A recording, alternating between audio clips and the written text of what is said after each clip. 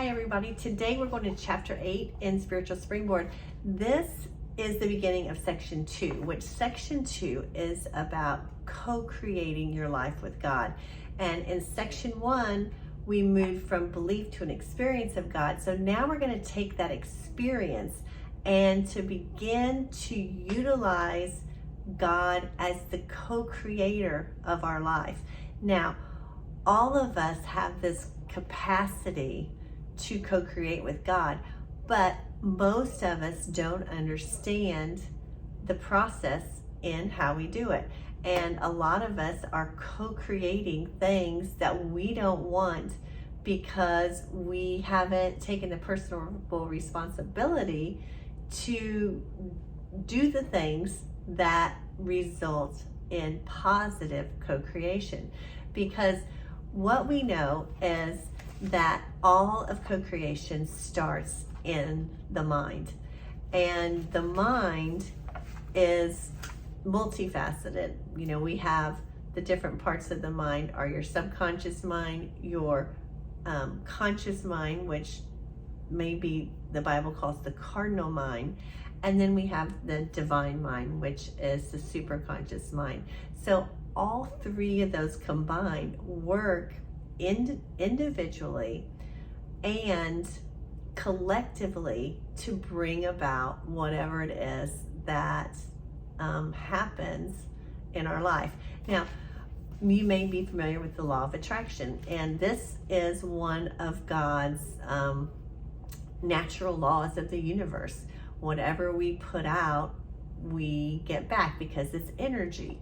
But when we begin to understand the value of co-creation, this is where the law of attraction is supercharged and doesn't plateau, because we are working with the all-known super creator in a space of love.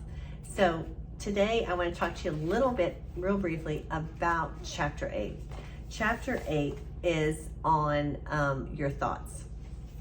And science tells us that we have over, I can't remember, 50 to 70,000 thoughts a day. And that's a lot of thoughts. How in the world can we know even what we're thinking about? Because there's so many. But our thoughts are so important to our health, our relationships, our jobs, our just everything in our life.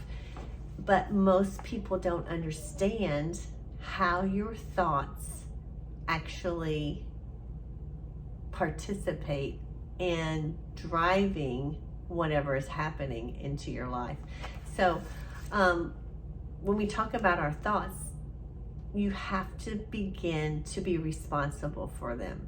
And if you're not responsible for them, then what happens is your life is kind of on autopilot, and whatever is coming at you is just coming at you because of your random thoughts. But once you begin to really focus on your thoughts and to watch where the majority of your thoughts are, then you can begin to direct your thought.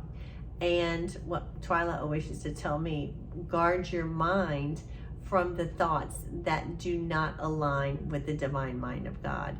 So most of us can just observe ourselves and see that our thoughts usually fall in certain areas. Like they'll either fall in the positive side or the negative side, in love and fear, or in opportunity or victimization. So we can begin to start seeing where the majority of our thoughts lie. And if they're lying in those negative areas of fear, victimization, hatred, anger, jealousy, judgment, all of those places, then we can begin to see, hey, maybe this is why those things are coming up and showing up more in my life, because that's where I'm focusing my attention. if you're focusing your attention on the other side of the coin, more towards love and opportunities and joy and inspiration, the creativity, those things are the positive side of the thought coin. And if you focus mostly on those things, you're going to attract more of those things into your life. Now, the kicker here is that you're going to want to guard your mind from those negative, low-level energetic thoughts. And once you begin to start watching your thoughts, when you guard your mind, you are just going to start replacing a low energy thought with a high energy thought. So as an example, when I was learning this from Twyla, I was having some marital issues with my husband. And as I was complaining about everything he wasn't doing, she hushed me and she began to say, there is nothing wrong with your husband. What's wrong is your thoughts about him. And of course, I was like, yeah, right, you don't live with him. But what she began to explain is she said, you know, you are focusing on everything you don't want. Why don't you start focusing on his good qualities? And every time you think of something negative about him, rather than letting that thought process run through your mind, stop it and place it with a positive thought. So, of course, I wasn't real thrilled about doing this, but I was like, okay, I'm going to try it. So what I did is every time a negative thought came up, I would replace it with the same positive thought about him. My husband was a really hard worker and a good provider. So that is what I always said, is like, he is a hard worker and a good provider. Thank you for his hard work. And as I began to do that, what I started seeing was a shift in him, not because I was asking him to shift, not because of anything I was doing different than what I had before, other than getting rid of the negative thought patterns around him. And miraculously, he began to make changes on his own that I had been wanting him to make for years. But he decided things like that he was playing too much golf and missing out on family time. So he cut back on his golf by his own choice. He started becoming a more attentive spouse, started sending me flowers and taking me out on dates. He started helping more with the kids and spending more quality time together as a family. Now, granted, I had been wanting him to do these things for years, but simply by my shifting my thought processes around him and guarding my mind, change started happening just from that. Now, I know you might go, oh, I don't know if that would work for me. Well, I'm going to tell you it will work for you. And it can work in any area of your life. I know one of the biggest problem areas for all of us is the thoughts that we have surrounding ourselves. Most of us will beat ourselves up about what we look like, how much we weigh, whether or not we're successful, what kind of car we drive, whatever it is. Society and our upbringing has bombarded us with all this negativity about ourselves, and we have taken that on as who we are. And all that is lies, and that it does not resonate with the divine mind.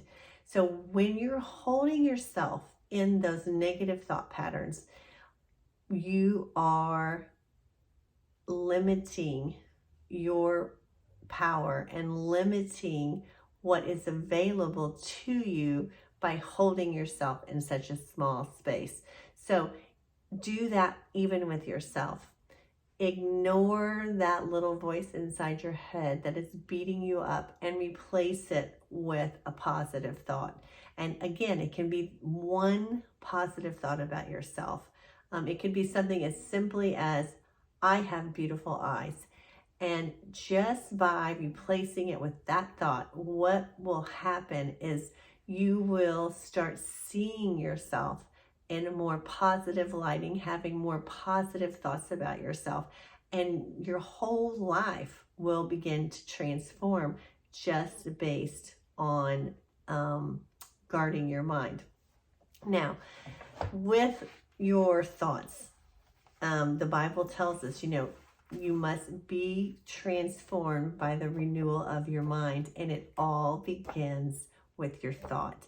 And we are trying to transform your mind and align it with the divine mind of God, where that divine mind is all loving, all accepting, unconditional, non-judgmental, and it just sees and thinks through the intention of love.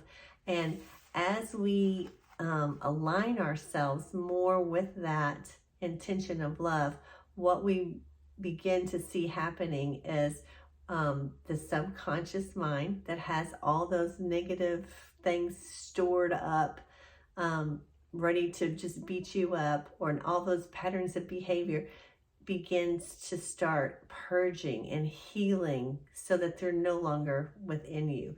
And the great thing about starting with your thoughts is you can shift your life in a huge way by co-creating with God here, because God has placed the divine desires in your heart, and those desires of your heart can begin to be manifested as you align your thoughts with the divine mind. And then what ends up happening is you begin to step into your purpose that is uniquely designed for you in this time here on earth, because all of us have something that we are called to do individually that it's only you can do, and because God has gifted you with the gifts to do it, and aligning yourself with the thoughts and guarding your mind from that negative voice that's in your ear only blocks you from fulfilling your purpose. So aligning your thoughts with that divine mind is going to help propel you into your purpose. So chapter 8 has a lot more to it than that. I just touched a little bit on it, but again, so important to start looking at your thoughts and being responsible for your thought. I'm going to end tonight's video on this note. What you think about, you bring about. So make sure you're aligning your thoughts with exactly what you want, and that's what you will bring into your life. Good night.